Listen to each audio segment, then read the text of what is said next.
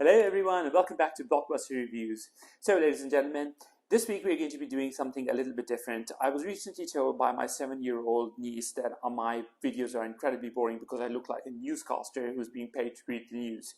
So being dismissed by a 7-year-old, not very good for a person's self-esteem, I have decided that I am going to speak from the heart and the mind rather than looking at the teleprompter, which I've been doing in the past. So this week's book is Long Walk to Freedom, written by Nelson Mandela, and we are going to do the review a little bit differently. Okay, now that kind of differently.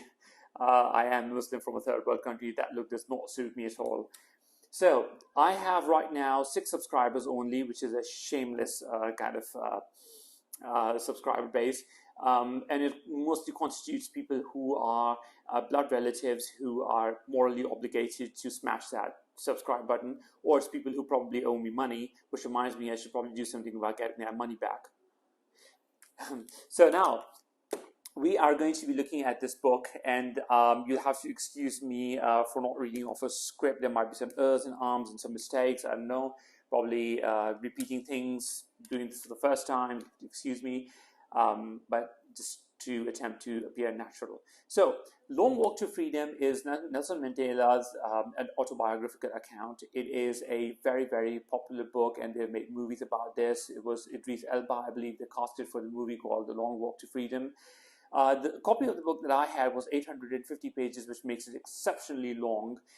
Even amongst autobiographies, it is a very, very long autobiography compared to some of the other very exciting ones. For instance, Helen Keller's autobiography is about 104 pages on the book that I had. A lot of people are not able to get past the first 50 or 100 pages of this book because it starts, basically the book is divided into 3 sections. The first section is about the background of Nelson Mandela, about the tribal structure that he grew up in, about the environment and about his schooling and all of that. And that, if you'll have to excuse me, it's just really boring reading that stuff because you really want to read about how Nelson Mandela became the Nelson Mandela the world knows him to be. So, all of that first part, which is more than 100 pages, it's just, it has really nothing to do with the rest of his life, and it's just, I don't really know why he even mentioned all of that because, I have this cousin with whom I share books. So you see this little bit of library that I have here. There's a library right behind the camera, which is right next to a huge 3D TV, which I just wanted to mention because I have that TV. Sorry for being cheap. But my cousin and I, we basically share books of our libraries to one another. And when I sent him this book, this is the only book that my cousin has never been able to finish because he never got past the first 100 pages because he said, according to him, the first 100 pages were really, really boring. And so he assumed that the rest of the book was going to be like that. And I also had to struggle. The only difference was that I was reading the book while being on a vacation, so I had more time. For somebody who's busy, don't have time to read boring stuff. But anyway, so that's the first section of that book. The second section of the book is about the professional life of Nelson Mandela, about how he became a lawyer and what kind of practice he was doing, and then how his life changed to becoming a freedom fighter. And the third part of the book, which is really exciting and is unique to all of us because hopefully we're not going to go to prison, hopefully. So we don't really know what's happening inside prisons and how, what discrimination is like inside prisons. So that part of his life was something that's very unique and gives a real color to the book. But once you get past the first section of the book, which is about his background, the second part is where the book starts to pick up a little bit, and it's basically about how he started his practices as a lawyer, and he shifted his practice from business cases to human rights cases, in which he was trying to help people who were discriminated against, and that's how he ultimately came into the whole freedom fighting thing. Ultimately, because he had gotten on the wrong side of the tracks with the government descended upon him, and they basically just tore apart his practice, and he had to run around. He was arrested, he was released, he was re-arrested. He was basically constantly on the run, but he refused to live like a normal person, like ordinary person, sorry. And he wanted to do something. His mother was not in favor of him going into politics. But he said that this is the life that he chose for himself, and therefore it cost him 2 marriages. The first marriage he had, there's not much about his personal life, it's mostly about him on the platform of being a freedom fighter. So this, you won't really find that much of information about how, about how he managed his personal life, except for some chunks here and there. He does mention in the book that he had to take this first divorce because when he had children, his wife wanted the children to go to church and become religious, but he found no value in that. He found value in doing something for others, and so he wanted to bring them to politics. And there was this divide between him and his wife, and that ultimately led to them being torn apart and taking a divorce from each other. So that's just a little bit about him and his personal life there. Then ultimately, once he was arrested, that's where the book really picks up, and we go from the second phase of the book to the third phase of the book, which is about him being in prison. Now, that phase of the book starts with him being arrested. His car stops on the road. He's taken in, and there's some vehicle, heavy vehicle like a tank, that's going to the prison. And Nelson Mandela talks about how he assumes that he's only going to be gone for only about 3 days or 3 or 4 days or a week or 2 weeks, and he's going to be released. And what he considers to be a few days or a few weeks actually turns out to be almost 27 years of his life. The arrest scene starts with him going into the prison, into that in that heavy vehicle, and it's like a tank, and somebody opens the lid of the tank, which is probably the people who arrested him. And that gentleman, he sits down and starts peeing on the prisoners, including Nelson Mandela. And that's how the prison life starts. Then when he goes into the prison, he explains that there were discrimination going on. There were these high-profile prisoners who were given white bread, and they were given brown bread, and they were given white rice, and these prisoners were given brown rice. And he says that we all complained about wanting to have white bread and white rice, and they would not give it to us. So they were saying that they should be grateful that they were being given brown things because they're actually better for health. Now we actually pay more for these things compared to those white things.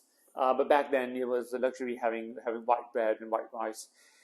So he talks about, interestingly, about how they were made to wear shorts, and they felt like they were basically treated like boys, and so they stood up against the system. They said, no, we want to be made to wear pants, and the jailers did not agree with that. So in particular, Nelson Mandela himself was very against being that kind of treatment, and he was warned that he was going to be put into solitary confinement. And he said, okay, so solitary confinement it is then, but I'm not going to relent to wearing shorts or pants because I don't want to be treated like a boy. He was put into solitary confinement, and then so there's this whole description about what happens in the solitary confinement. It's basically him and this is one cockroach in there, and he has conversations with that cockroach because there's nobody else there, and so he's just really he's struggling with himself, and after a lot of lonely and dark nights, he just feels that perhaps it's not worth the struggle to fight over pants and shorts and be thrown into solitary confinement for an indefinite period of time. So he relents to wearing shorts. He also explains that he's constantly exercising there, and he takes out 100 push-ups. For me, is remarkable because I also exercise. By being, you'd expect that in prison you're underfed, and so having the energy to do 100 push-ups every day and God knows how many sit-ups and whatever. He was physically very active, and so he tries to make the best of his prison life. He even talks about how he got addicted to playing draught with his friends, with his companions in the jail. And so draught is basically like chess, but it's like a simplified version of it. And he was studying for his legal examinations at the time, and he had got so hooked on to playing the game that he actually failed his examination. And then he had to retrain his brain to focus on his studies rather than playing games. So it's very interesting, and the discrimination bit is also explained when he talks about how when they're having food, there's always one of the officials who's standing close by and peeing. And you really feel the intensity of things when he explains that, we're just grateful rather than feeling angry or retaliating to what he's doing. We're just grateful that he's not peeing on us or on our food, because we wouldn't be able to do anything about that. So at that point you really feel like, prison life can be really very tough. And so the his life ends in this phase of the book. Basically ends him coming out of prison and being made the president. When he comes out, after 27 years, the whole world is completely changed. He's basically um, seeing a very different version of the modern world from when he had gone in. And he actually, when he says that there was a lot of press when he was released, and he'd gained popularity while he was in prison. So somebody comes up to him and shoves something in his face, and he got scared. And basically, it was a microphone. So he didn't even know about the existence of microphones when he had come out. So it was such a different world. Then he became the president, and somewhere in between he talks about how he got divorced a second time, but doesn't really get into any explanations of why it happened as he did the first time. And so it's really a joyride when you get past the third phase of his life in the book. And it's a really remarkable read. It's one of those books which stay with you for a very long time, even after the book has been finished. But like I said, it's difficult to get past the first 50 or 100 pages because it's a bit boring. It really takes a lot of time for the book to build up.